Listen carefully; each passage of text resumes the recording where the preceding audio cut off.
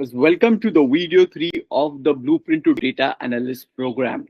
We have already covered phase 1, 2, and 3 in the first two videos. In this video, we will talk about the phase 4. Again, a very important project, again, the very important phase. And here we will talk about business thinking and projects. What all you need to think, and when it comes to projects, what all projects you should work on. Just imagine a situation wherein you approach an interview. You all have the technical expertise which you gained after watching the phase 1, phase 2, phase 3. You have your core basics right, you have your SQL knowledge right, you have your Python right, you know Excel, so you know statistics as well. You are very good in all these things. But what about interviewer asks you a question, what do you understand from a given data or a given table? Think from my perspective and make something that helps me in taking some decisions. And if he asks this question, he's trying to understand your business thinking, what you can make out of data, what all things you can make data to speak. And this is the most crucial thing.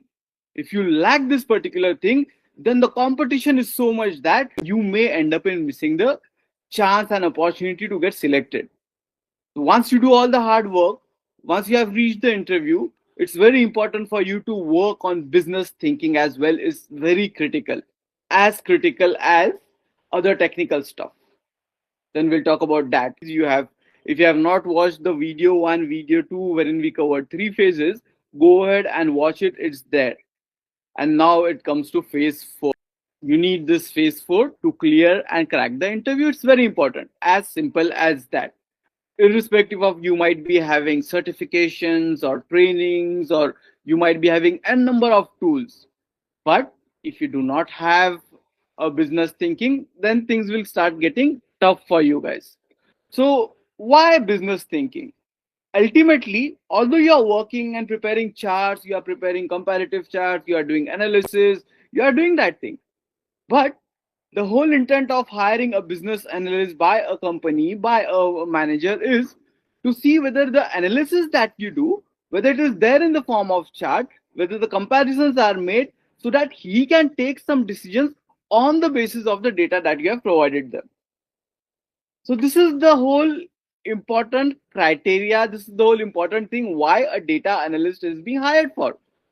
If you are unable to do this, then it's ultimately like just working on tables and just giving the output using Excel and all. But how you analyze the thing. For an example, your data is going to help the management to take better decisions.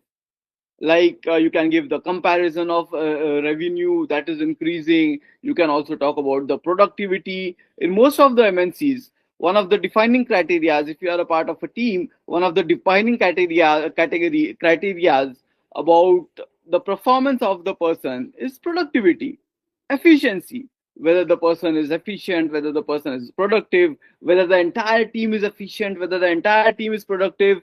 So the incentives generally depends on this. And the managers can understand your data and take decisions. If the team is not productive, if the team is not efficient, you will analyze that, okay, why is it happening, whether the productivity, why is it going down, whether production hours being properly met. So your data should speak.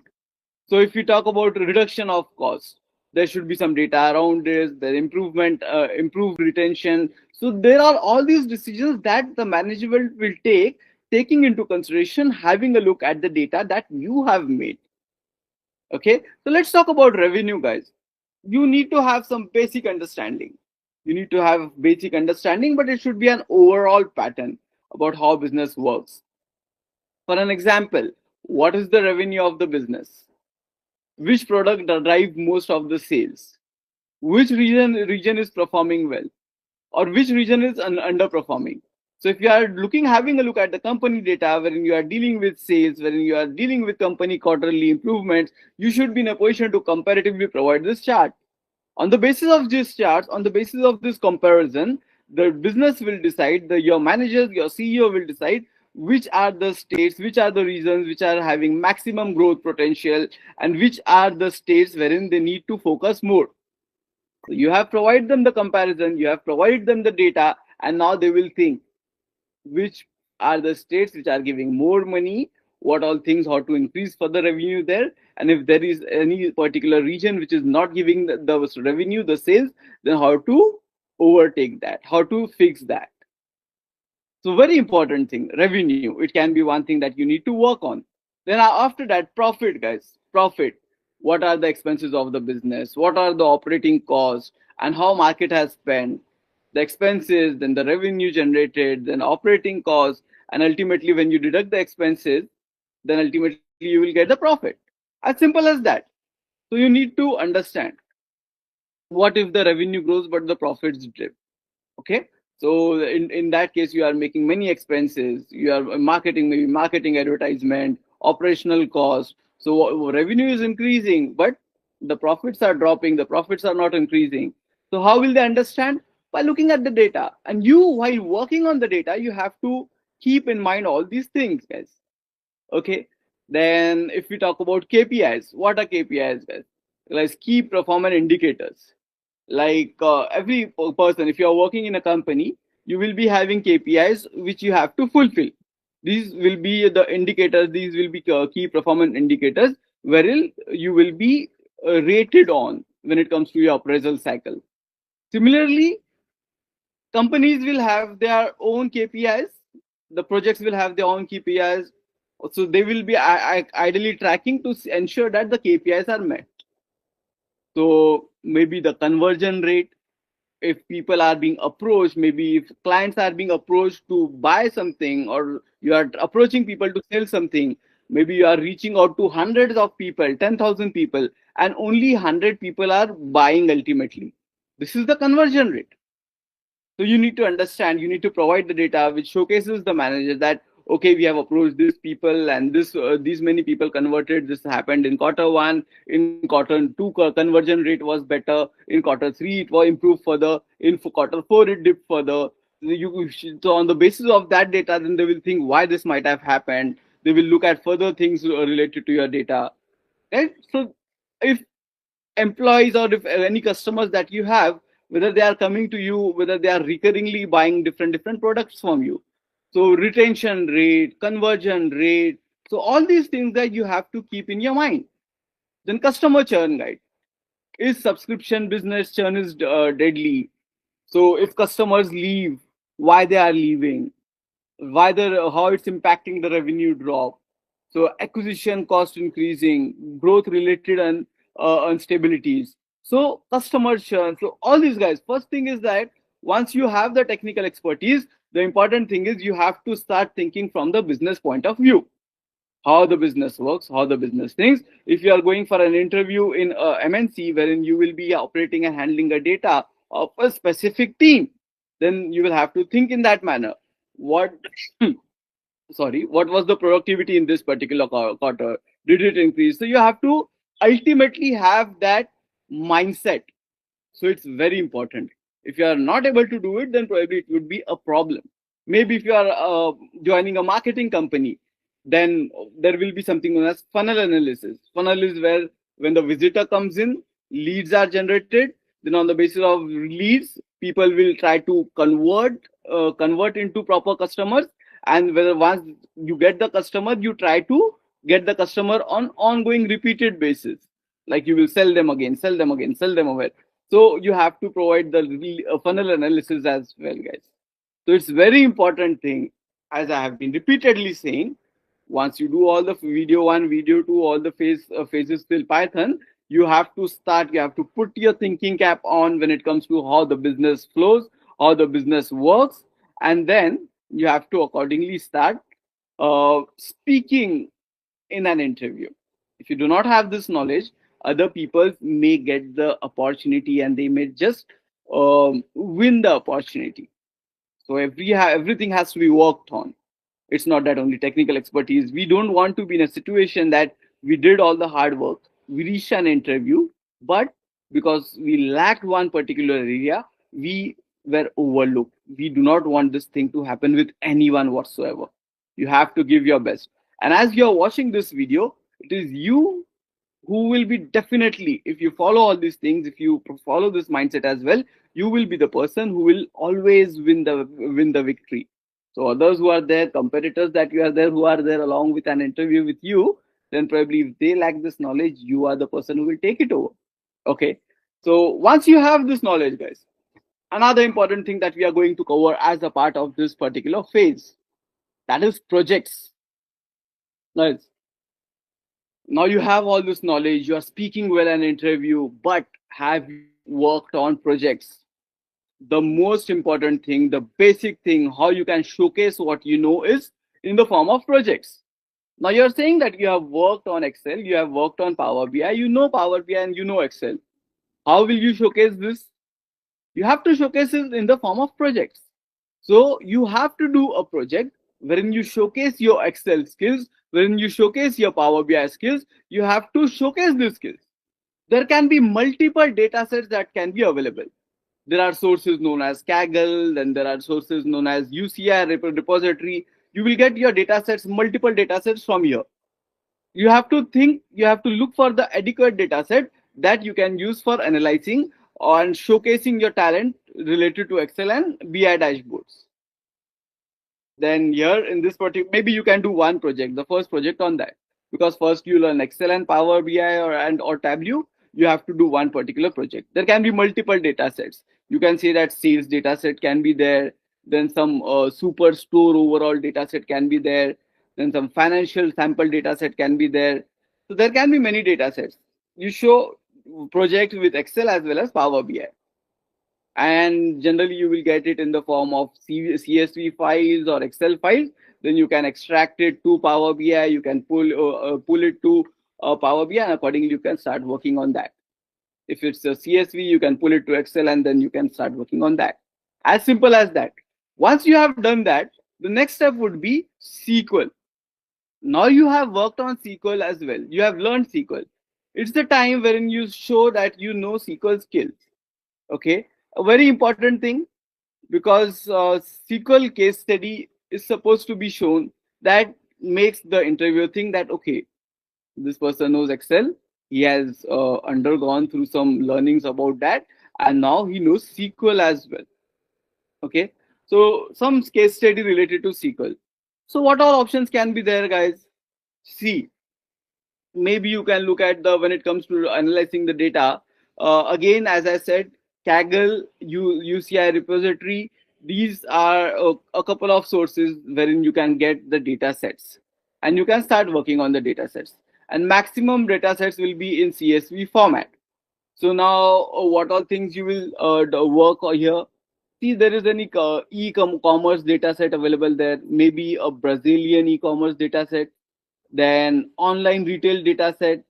Just have a look at this. Then customer behavior. When it comes to e-commerce customer behavior, how what do they buy? How do they buy? Then then once you get this data set, then you will have to start thinking top customers. Then monthly, what was happening? Was there any growth rate comparison to different quarters, different months? Was there any repeated pattern? So you have to look, you have to work on SQL and do all this kind of analysis out there. Okay, a case study of SQL, how you pull the data and all these things, guys. Then after that, if we talk about Python, you have to do a particular project that is into Python as well. Okay, like cleaning the data, performing EDA, then identifying churn drivers, then suggest retention strategies. So you should be in a position to do all these things by showing it in a form of project. Very important. So again, the data sets, Kaggle, probably you can get many data sets out there. You can, maybe you can use customer turn data for one of the telecoms or some banking customer data, then do data cleaning, EDA, as I said, then feature engineer it, then churn data.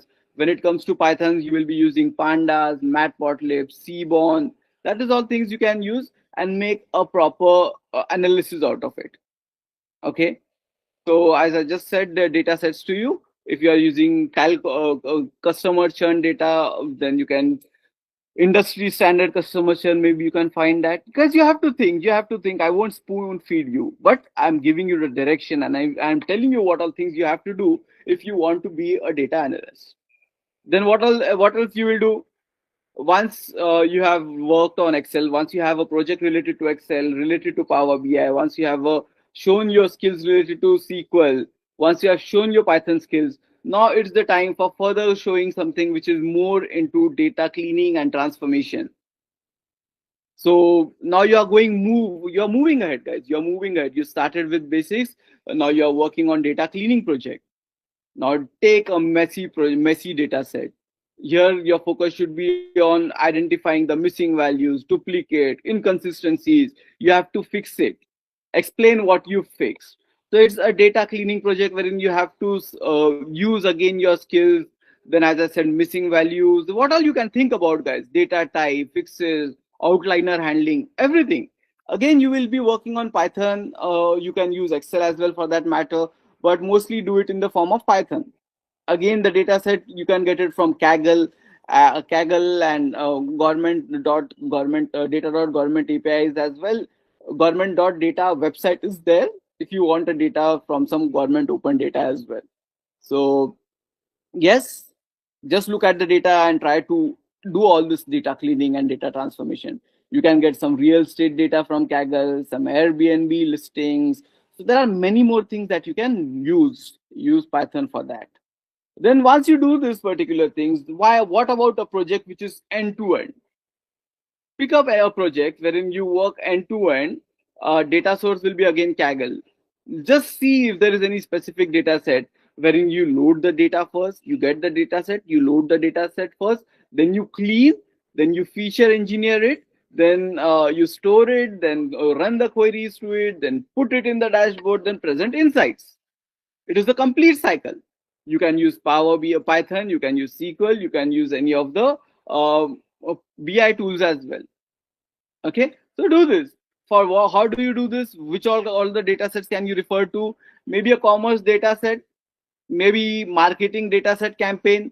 There is one of the renowned data sets like HR attrition data set, big data sets, financial statement data set. So all these things are there. You just have to see to the data set and see what you can uh, do it, how you can do it, how you can clean it. Okay. So if you have the proper business knowledge and if you have proper projects in your resume, and if you know how to explain these projects, and if you have done all these projects on your own, it is only then the chances of you to clear the interview will increase. So start working on that, guys. Okay.